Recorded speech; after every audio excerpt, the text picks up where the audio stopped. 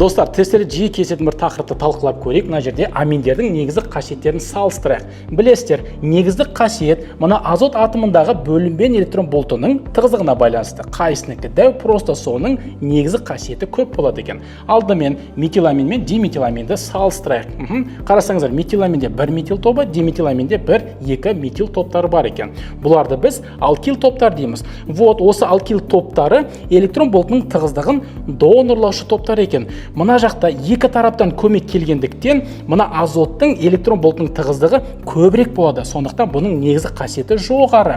Ал енді анилинге келетін болсақ, бұл жерде бензол сақинасы бар, оның ішінде делокализацияланған жүйе бар.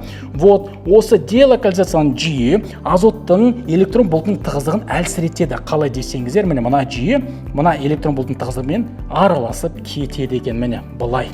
Сондықтан мына жерде кішкентай болады.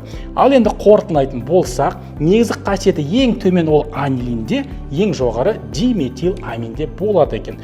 Осыны біліп жүріңіздер, басқалармен бөлісіңіздер, мен күтемін.